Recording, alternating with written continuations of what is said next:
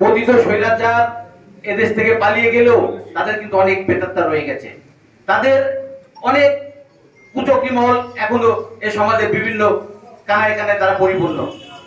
এজন্য আমাদের এই দুর্দিনের নেতা কর্মীদের কিন্তু সজাগ দৃষ্টি রাখতে হবে। আমাদের মাঝে অনেকে বিভেদ সৃষ্টি করার চেষ্টা করবে, কিন্তু আমি মনে প্রাণে বিশ্বাস করি এবং আমারও যদি কোনো সুযোগ থাকে আমি সবার আগে আমার এই দুর্দিনের নেতা কর্মীদের পাশে আমি থাকবো। এরপরে নতুন যদি কেউ আসে সেটা আমরা বিবেচনা করবো। আমাদের বিএনপির সাবেক সাংগঠনিক সম্পাদক কাশিয়ানী উপজেলার সাবেক ছাত্র নেতা সুজাউদ্দিন শুধু একটা কথা বলেছেন, এখানে আমার ব্যক্তিগত হাত শক্তিশালী করার কোনো দরকার নেই, এখানে দলকে শক্তিশালী করতে হবে। আপনারা মনে প্রাণে বিশ্বাস করবেন, দল শক্তিশালী হলে দেশনেত্রী বেগম খালেদা জিয়া শক্তিশালী হবে, আমাদের প্রিয় অভিভাবক তারেক রহমান শক্তিশালী হবে, এবং কাশিয়ানীর বিএনপি যদি শক্তিশালী হয় আপনারা নিজেরাও শক্তিশালী হবেন বলে আমি মনে প্রাণে বিশ্বাস করি। আমাদের অনেকের মধ্যে একটা ধারণা এই গোপালগঞ্জে চাষবাস করে কি হবে। আমি আপনাদেরকে এতটুকু আশ্বস্ত করতে চাই যে সরকারটি গত 5ই আগস্ট, যে সরকারের প্রধান বিগত 5ই আগস্ট তাদের সকল নেতা কর্মীদের ফেলে পালিয়ে গেছেন, ওনার আর এদেশে আসার কোনো সুযোগ নেই, ওনার এদেশে এসে রাজনীতি করার কোনো সুযোগ নেই। উনি হয়তো বন্দী হিসেবে এখানে আসবেন, উনি হয়তো অপরাধী হিসেবে এখানে আসবেন, উনি ফ্যাসিস্ট প্রেতাত্মা হিসেবে এখানে হয়তো উনি আসবেন, কিন্তু এদেশের মাটিতে মুক্তভাবে রাজনীতি করার সুযোগ আর এদেশের মানুষ ওনাকে দিবেন না, এটা আপনারা নিশ্চিন্তে থাকেন।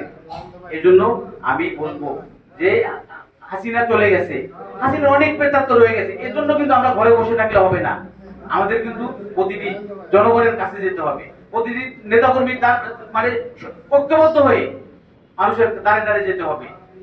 আমাদের অঞ্চলে মানুষ কিন্তু ধানের শীষে ভোট দিতে অভ্যস্ত না, বা আসলে ওইভাবে সুযোগও পায়নি। কিন্তু আপনারা একটা জিনিস খেয়াল করবেন, 91, 2001 বা 96 পর্যন্ত এদেশে ভালো নির্বাচন হয়েছে, এরপরে কিন্তু আপনার 2008-এ যে নির্বাচনটা ওইটাও কিন্তু সাধারণ নির্বাচন ছিল, ওইটাও কিন্তু মঈনুদ্দিন ফখরুদ্দিনের সাধারণ নির্বাচন ছিল। নইলে বিএনপির মতো দল, যে দল এত পাতানো নির্বাচনের পরও আওয়ামী লীগ পেয়েছিল 34% ভোট, বিএনপি পেয়েছিল 31% ভোট, কিন্তু সংখ্যায় কি বিএনপিকে মাত্র 30 সিটে দিয়েছিল, সেটাও একটা পাতানো নির্বাচন ছিল। আমি মনে প্রাণে বিশ্বাস করি, আমি মনে করি এই হাউজের মধ্যে বিগত দিনে যারা নির্যাতিত নিপীড়িত ছিলেন তারাও মনে প্রাণে বিশ্বাস করে এদেশে আর কোনো সাধারণ নির্বাচন হবে না, এদেশের মানুষ তাদের নেতা নির্বাচন করবে তাদের প্রত্যক্ষ ভোটের মাধ্যমে।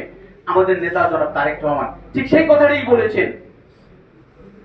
কথাটাই বলেছেন, বিএনপিকে যদি এদেশের জনগণ তাদের প্রত্যক্ষ ভোটের মাধ্যমে আবারও এদেশ শাসন করার সুযোগ দেয় তাহলে বিএনপি অবশ্যই আপনাদেরকে সুশাসন দিবে, বিএনপি অবশ্যই দুর্নীতিমুক্ত সমাজ ব্যবস্থা কায়েম করবে, বিএনপি অবশ্যই সাম্যের সমাজ ব্যবস্থা প্রতিষ্ঠিত করবে।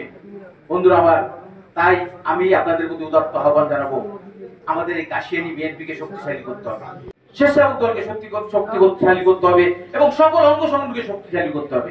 এই জন্য আপনাদেরকে প্রতিটি আনাচে কানাচে এই এলাকার প্রতি ওয়ার্ড লেভেল প্রতিটি গ্রামের নেতা কর্মী বা সাধারণ মানুষের কাছে যেতে হবে।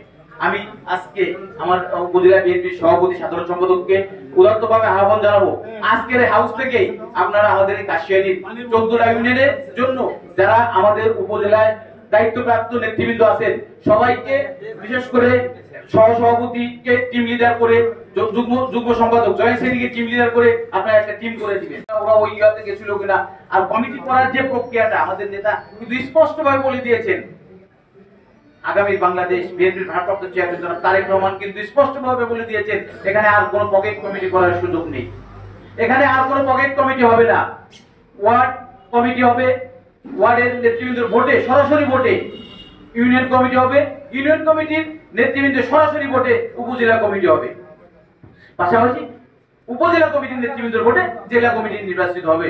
এবং এটা কিন্তু বলার জন্য বলা না, এটা সত্যি আমরা মাঠে থেকে কার্যকরী করতে চাই।